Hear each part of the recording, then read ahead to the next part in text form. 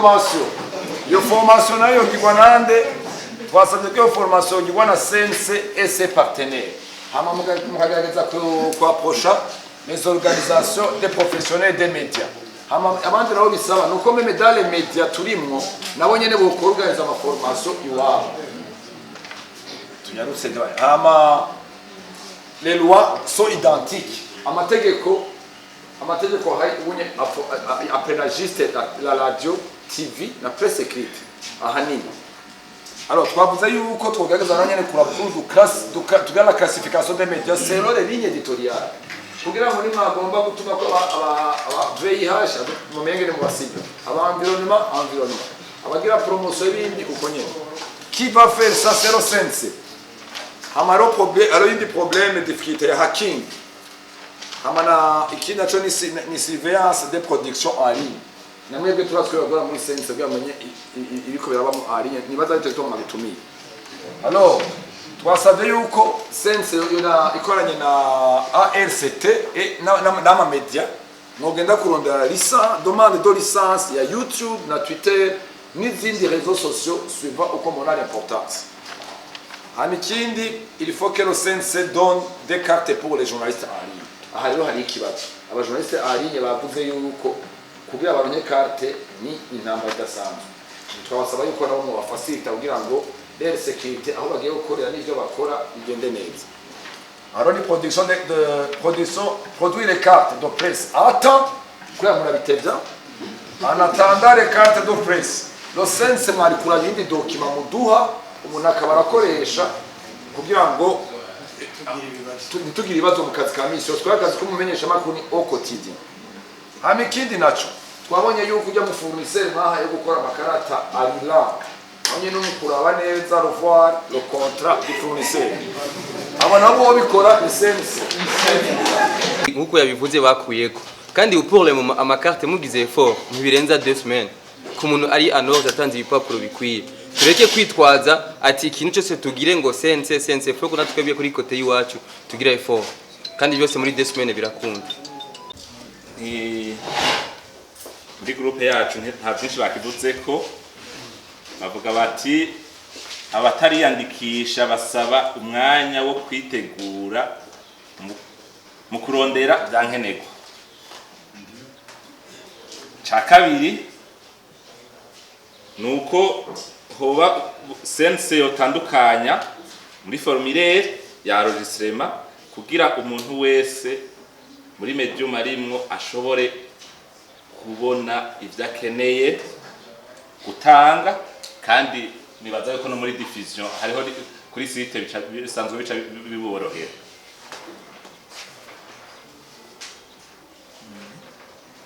Kuvuga yuko kandi barasaba yuko na formulaire yoba en ligne kuko kumva ama media twavuze ama media en ligne kubera ko formulaire yo to en ligne hari haba bera para gusohora ibyiyumviro hari abavuga bati hari ama dossier ateba ngo igerageza kunyabutsa. Hariyo kibazo ca mbere bavuga bati muri media en ligne bisunze yuko benshi usanga bacisha ibintu bya kuri YouTube cyangwa Facebook bavuga bati Uburundi n'est pas reconnu parmi les pays partenaires de YouTube. Ico basaba rero basaba yuko Uburundi bosaba iyo partenariat kuko irafisa akamaro kanini kuko abarundi benshi bafise amakonte YouTube hageza n'agahembo ategezwa kuba yiyandikishije mu kindi gihugu. Urumva yuko tuba dutakaje ikintu. Hanyuma responsable twa propose ministère ya communication mugabo na Sense ikibibona. Ica kabiri twasanze ngaha turi hariho zo media en ligne hakaba n'abandi bakora ibitandukanye notamment cinéma audiovisuel. Basaba bavuga ati hariho ingorane yuko audiovisuel et cinéma usanga iri confondi na journalisme. Inyishu hoba yuko hoba mise en place la direction de la cinématographie et de l'audiovisuel au sein du CNC bishobotse nk'uko ku isi yose bimeze igihugu kigashiraho iyindi komisiyo yitwa Conseil national de la cinématographie. Nibaza yuko bishobotse bitobabanza ubwo sense muri afise iyo responsabilité kuko ingorane nyamukuru ikunda kuba nuko gituma bari bavuze direction no kubera hari igihe usanga scenario umuntu usanga ari muri sense ugasanga bafise competence beaucoup plus zihagaze kuri media classique cinéma higeze ironka kibanza kinini ukazusanga ntibatahuye n'ingoga na n'ingoga ibintu bimwe bimwe bijanye na cinema nico bituma basabye soit ntuze direction muri sense canke hakaba yindi conseil ngira kazoba ari nakandi kazi kabaye créé au sein du pays. Hariho na ministère de la communication iri responsable normalement twari twashatse kuvuga ni ministère de la communication et de la culture kubera cinema ahandi iba iri muri culture.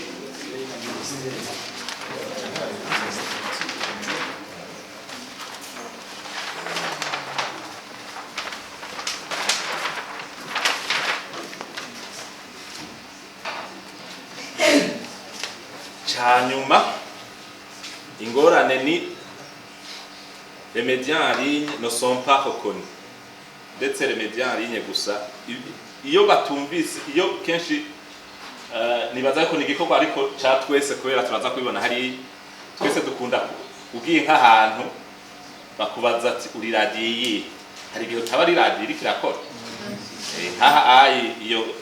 iyo kamera bachaka kugira ati wewe tuzakumviriza ku radio hari igikorwa kinini. Hanyuma hariho n'indi ngorane yuko usanga hariho nk'abantu bataba bazi amamedia ari enregistré naho kuri site tuzi yuko hariho ama liste ababaye enregistré barabashira mugabo hariho nico kindi cuko hariho peut-être usanga batazi na sense communication au sense hanyuma no kwactualiza abo bantu ababaye enregistré bikunze chaque fois habaye enregistrement naho bakaca babishira kuri site kuko bica bifasha uwo muntu kubona yuko byakweri ari enregistré responsable kubera hari kuyemenyekanisha hariho ubwa mbere sense niyo kwerekana yuko ari enregistré cha kabiri twese hamwe kubera tuzoshobora gutera imbere tutimenyekanishije. Murakoze.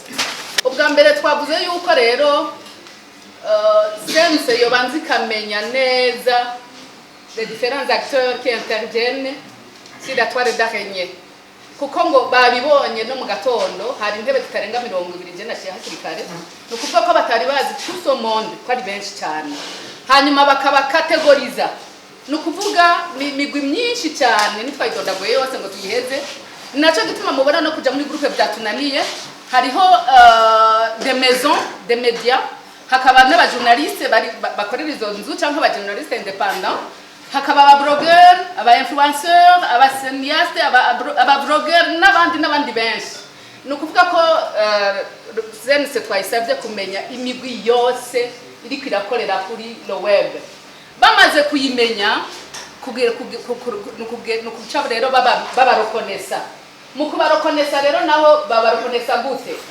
twasanze amategeko yo tugenga adashobora kubamwe kuko ni nakazi kacu ntigasa na gatoyi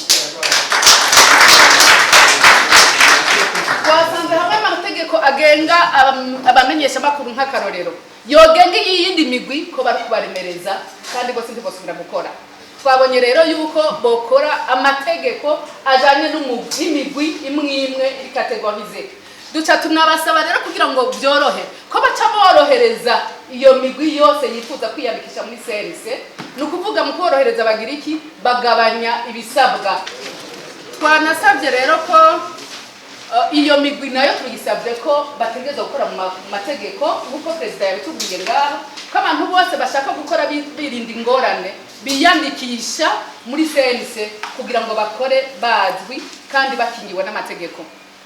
Kukigira akabiri hariho ingorane umuti nabo bikora. Ubwa mbere twabonye ko les autorités ne reconnaissent pas la contribution des médias en ligne. Mbere twasabye atari ba autorité gusa n'abanyagihugu canke abenegihugu ntavyo bazi. Ni naco gituma ugiye no kugira couverture médiatique muri kumwe n'umukameraman wabona aho wowe byagufatiriye umukameraman akaba yashyize muri salle bashaka ko bamenyesha amakuru bashitse kubera ko ntibazi ko twebwe dutanga les informations en temps réel ntabyo bazi kubera ko umuco w'ikirundi usanzwe badanasoma kugira naho ngo barabe iby'ama video nuko ufise telefone bene iki nabo bashobora kuyironka bagirirwa amahirwe yo kuyironka si bose nukuvuga baba aba autorité baba abanyagihugu duha inkuru ntibaramenya na gatoyi ico les médias aligne zimaze cyangwa ico zikora cyangwa ico ziterera nico zirushije les médias classiques kuko bo barindira saa 6:30 canke saa 1 mugabo twebwe ibi byose biza byamaze kujyana aho twabonye rero yuko hakenewe des séances de formation d'information de sensibilisation sur la contribution des médias en ligne kuri bose ko twasanze benshi atabyo bazi twavuze ko byokorwa ubwa mbere na CNC hanyuma twavuze kandi ko byokorwa na les médias il faut savoir se vendre kugira ngo bimenyekanishe nta wundi umwe zo kumenyekanisha kurusha wewe twabonye rero na guverinoma yose twabonye ko hari n'ubushikiranganje mu bijejwe n'ubundi bwose bushobora kubafasha kugira ngo bishoboke binyaruke hanyuma ingorane dukunda kubona zindi nuko iyo tugiye ku rubuga kubera ko atawutuzi bashaka ngo turabavumvye bashaka ngo ngakora hiki naho ofisi karata sohoka wone tugukeneye aho niyo ugize imana ntibakwaka ibikoresho canke naho ngo bace baguhana imbere yo kuguhanura twasabye rero yuko bo banza bakabaza neza uwo muntu wariwe hanyuma bakamuhanura nimba hari akantu gato ko ntituraberanda hari akantu atagize neza hanyuma imbere yuko bamuhana bakabanza kumuhanura usanga twagiye duhuza ariko ku kibazo ca mbere ku kibazo ca mbere twabonye yuko ivyo senise itegerezwa gukora hariho gusensibiliser les responsables des médias sur la loi régissant la presse au Burundi twasanze benshi mwari hano batazi amategeko ntituzi amategeko atugenga ikindi twabonye nuko hobaho kugabanya procedure d'agrément bavuze ko basaba hakamara umwanya muremure batararonka uburenganzira bigatuma baca badifiza batafise permission kandi bamwe bavuze yuko hariho des documents exige usanga badafise batozironka hariho ikindi kijanye na niveau d'étude kuko harimo abavuga bati bafise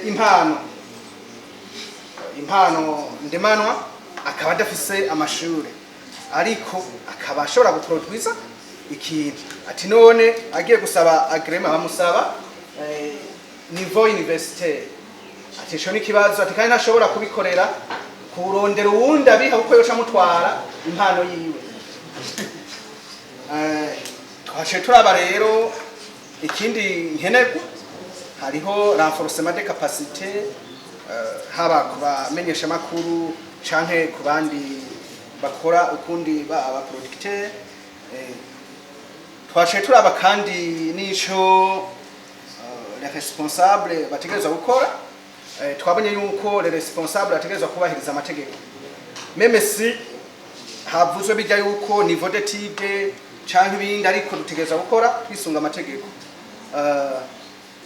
twaje tubona ko rero ngaho hobaho korosha gatoyi bakaraba ingene amategeko bahinyanyura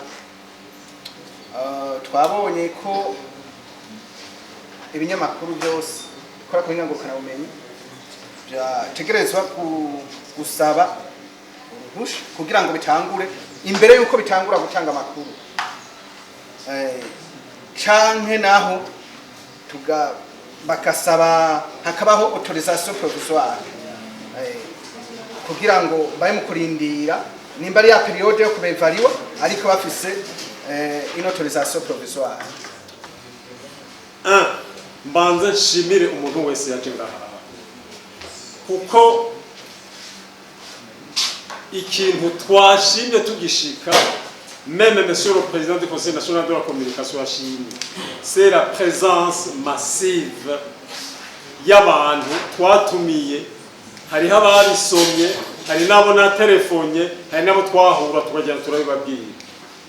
Franchement, et au nom de monsieur le président du Conseil national de la communication, au nom des membres du bureau exécutif du CNC, je dois vous présenter mes remerciements les plus vifs venant du fin fond de moi-même pour votre présence. C'est une première réunion. Même le président est revenu sur le point dans son mot d'ouverture. Mais ce n'est pas une dernière. Hari n'ababisabye ati mu nama izokurikira muze mugirishe ceux qui traitent ceux qui diffusent des informations.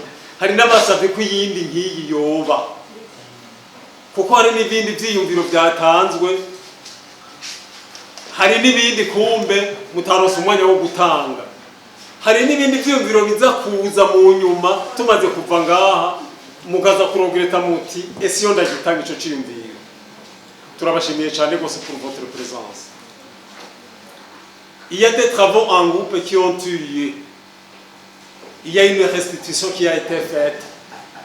Le CNC est venu avec un procès verbaliste qui va essayer de lire tout ce que vous avez donné pour en faire un résumé. Mais quand on est en train de résumer, Madame la procès verbaliste, ne résumez pas les idées, donnez les idées telles qu'elles ont été émises. Hanyuma tuze tubirabe mu nyuma kuko ni inama tuzogirisha abaye ndasabye muze mutwibutse tuze tubanze dusome ibyavuye muri ino nama kugira ngo dushobore kwiromemora turabe ko natwe twabaye fidèle en établissant le procès verbal. Icya gatatu ni ibibyimviro mwatanze dans une séance que j'ai appelée les échanges. Ce sont vraiment des idées très pertinentes. Umuntu avuze ko CNC yojane en ligne niho ikibona les problèmes, nikibona les solutions que vous avez proposées ko arizo n'umuntu responsable pour nous donner une vraie solution. Ko hoja un mécanisme de suivi, c'est une question à étudier. Muga ibintu byinshi mwavuze byose bihagaze ku mategeko. Ingene itegeko du 14 septembre 2018, c'est la loi régissant la presse, ingene yubatse. Dans l'application des dispositions de cette loi et à la lecture de cette loi, vous constatez, vous nous dites que vous avez constaté des lacunes. Kukuri kuri applica itegeko niho ubona ko ari byiza cyane harimo ikibuze. Il y a une sagesse burundaise qui dit que abagabo barara kubiri bakarota rimwe. Kumbe umwibutsa urafise icyo sigura ubwiwe nawe akumva icyo buriko urasigura. L'identification des médias en ligne surtout, abasinéastes, abakina baki. Burya twastanze les listes kugira ngo muyandike tubamenye. Nakajya ka observation, est-ce que vous êtes inscrit régulièrement? Mwumvise muri présentation ko benshi batari inscrit. Mugabo bakaba bari fonctionnaire. None uwo muntu uza kumwataka gute? Ko CNC en tant que régulateur, il y a régulation a posteriori, quand il régule des contenus médiatiques pour avoir une autorisation.